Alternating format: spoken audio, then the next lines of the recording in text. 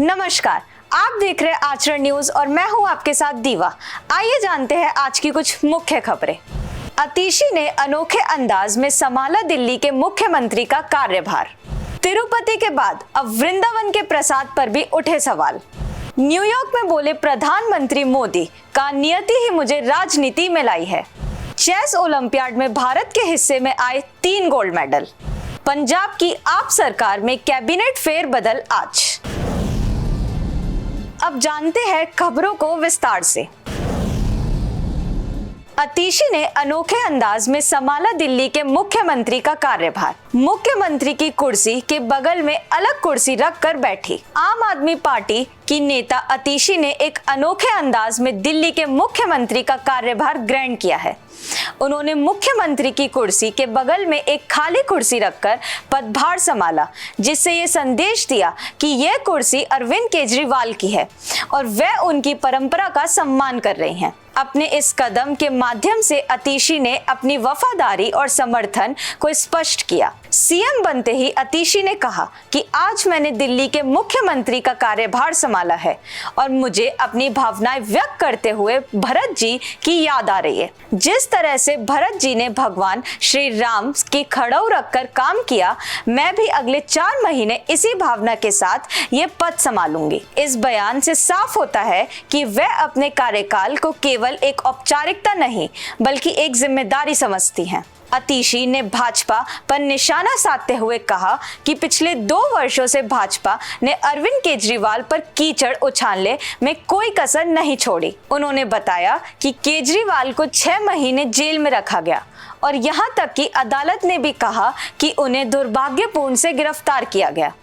ये दर्शाता है कि राजनीति लड़ाई कितनी तीव्र और निचले स्तर की हो चुकी है। उनका कहना है कि कुर्सी अरविंद केजरीवाल की है।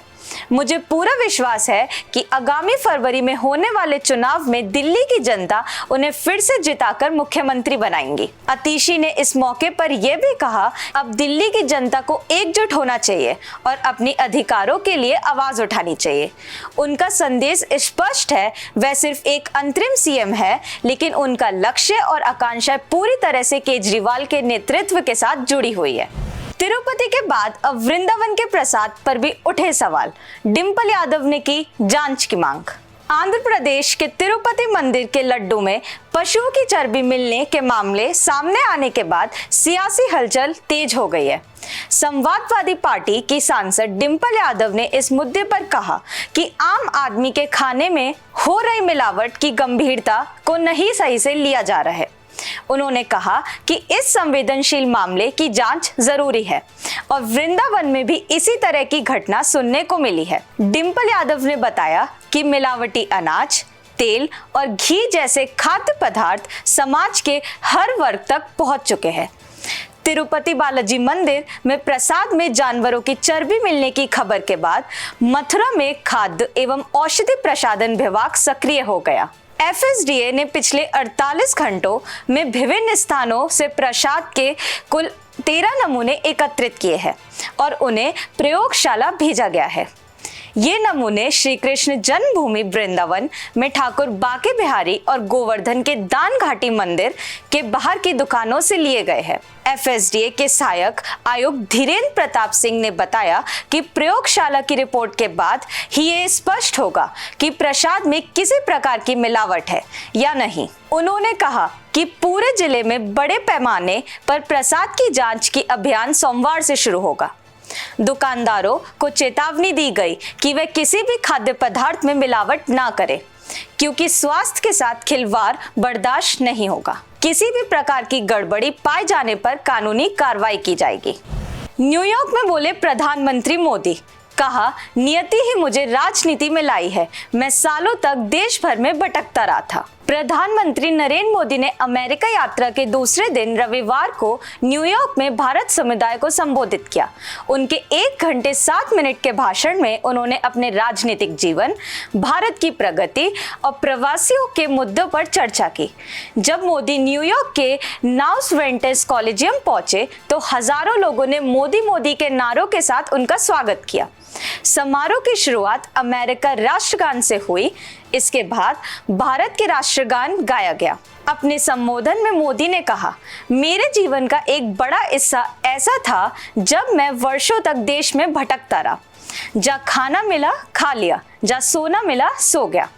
मैंने समंदर से लेकर पहाड़ों और रेगिस्तान तक की यात्रा की। उन्होंने भाषण की शुरुआत नमस्ते कहकर की और कहा, अब नमस्ते वैश्विक हो गया है। मोदी ने बताया कि जब वे ना मुख्यमंत्री थे ना प्रधानमंत्री, तब भी उन्होंने अमेरिका के 29 राज्यों को दौरा किया था। उन्होंने प्रवासियों को यह भी बताया कि हर बार भारत के चुनाव में कुछ अद्भुतपूर्ण हुआ है। इसके बाद उन्होंने दर्शकों की और हाथ उठाते हुए उनसे 3 बार अब की बार मोदी सरकार का नारा लगवाने के लिए कहा। इस तरह प्रधानमंत्री नरेंद्र मोदी ने भारतीय समुदाय को अपने अनुभवों और भारत की विकास यात्रा के बारे में जानकारी दी, जिससे उपस्थिति लोग प्रोत्साहित हुए और उत्साह से भरे नजर आए। टूट गया 97 सालों का रिकॉर्ड। चेस ओलंपियाड में भारत के हिस्से में आए 3 गोल्ड मेडल। चेस ओलंपियाड में भारत ने एक नई उपलब्धि हासिल की है।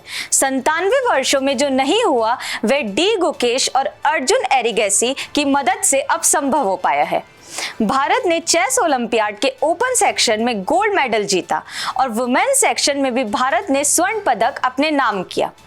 इस प्रकार भारत ने कुल मिलाकर 3 गोल्ड मेडल जीते हैं। ये पहला अवसर है जब चेस ओलंपियाड के इतिहास में भारत ने दोनों श्रेणियों में गोल्ड मेडल जीते हैं। डी गुकेश ने व्लादिमीर पोडस्की को हराया, जबकि अर्जुन एरिगैसी ने जॉन सुबेल को मात दी। चेस ओलंपियाड का आयोजन हंगरी की राजधानी बुडापेस्ट में किया गया, जहां भारत का प्रदर्शन शानदार रहा। डी गुकेश ने दूसरी बार गोल्ड मेडल जीतकर इतिहास रच दिया है। इससे पहले उन्होंने चेस ओलंपियाड 2022 में भी स्वर्ण पदक जीता था। लगातार 2 गोल्ड मेडल जीतकर वे ग्रैंड मास्टर विश्वनाथन आनंद के बाद दूसरे भारतीय बन गए और ऐसा करने वाले दुनिया के 16वें ग्रैंड मास्टर बन गए हैं। महिला टीम में हरिका द्रोणावल्ली, वैशाली रमेश बाबू, दिव्या देशमुख, वंतिका अग्रवाल, तान्या सचदेव और अभिजीत कुंते शामिल थी। भारतीय महिला टीम ने अपने आखिरी मैच में अजरबैजान को 3.5 से 0.5 से शानदार जीत दी। ये भारत के लिए एक ऐतिहासिक क्षण है, क्योंकि पहले कभी भी ऐसा नहीं हुआ था कि उसने दोनों श्रेणियों में गोल्ड मेडल जीते हो। 2 साल पहले भारत को चेस ओलंपियाड में ब्रॉन्ज मेडल से संतोष करना पड़ा था और 2014 में भी उसे वही पदक मिला था। पंजाब की आप सरकार में कैबिनेट फेरबदल आज, 4 मंत्रियों की होगी छुट्टी। पंजाब की आम आदमी पार्टी सरकार के मंत्रिमंडल में आज फेरबदल होने जा रहा है। मुख्यमंत्री भगवंत मान ने अपने मंत्रिमंडल से 4 मंत्रियों को हटाने का फैसला किया है और उनके स्थान पर 5 विधायकों को नया मंत्री बनाया जाएगा। ये विधायक आज शाम 5 बजे राजभवन में मंत्री पद की शपथ लेंगे। मंत्रिमंडल में इस फेरबदल की योजना लगभग 3 महीने पहले लोकसभा चुनाव के बाद बनाई गई थी, लेकिन जालंधर विधानसभा उपचुनाव के कारण इसे टाल दिया गया था। अब हरियाणा विधानसभा चुनाव और पंचायत चुनाव से पहले इस बदलाव में सभी ने आश्चर्यचकित कर दिया था। फेरबदल का कारण मंत्रियों की प्रदर्शन रिपोर्ट और उनके निर्वाचन क्षेत्रों की समीक्षा है। इसमें नए चेहरों को शामिल करते समय जातीय समीकरण का ध्यान रखा जा रहा है और उन्हें बड़े जिलों की जिम्मेदारी दी जा रही है। इसके अलावा मोहिंदर भगत को मंत्री बनाकर मुख्यमंत्री ने जालंधर को रिटर्न गिफ्ट दिया है। उन्होंने उपचुनाव के दौरान कहा था कि अगर लोग उन्हें विधायक चुनेंगे तो वह उन्हें मंत्री बना देंगे। इस फेरबदल के बाद उम्मीद की जा रही है कि सरकार की कार्यप्रणाली में सुधार होगा और पार्टी के भीतर की असंतोष की स्थिति को कम किया जाएगा। नए मंत्रियों की नियुक्ति में आम आदमी पार्टी के लिए चुनावी राजनीति को और मजबूत करने की मदद मिलेगी। शाम को होने वाली शपथ ग्रहण समारोह को लेकर राजनीतिक हलकों में हलचल बनी हुई है, क्योंकि यह बदलाव सरकार की दिशा को तय करने में महत्वपूर्ण साबित हो सकता है। देश दुनिया की सभी खबरें देखने के लिए जुड़े रहिए आचरण न्यूज से। आचरण न्यूज, हर कदम आपके साथ।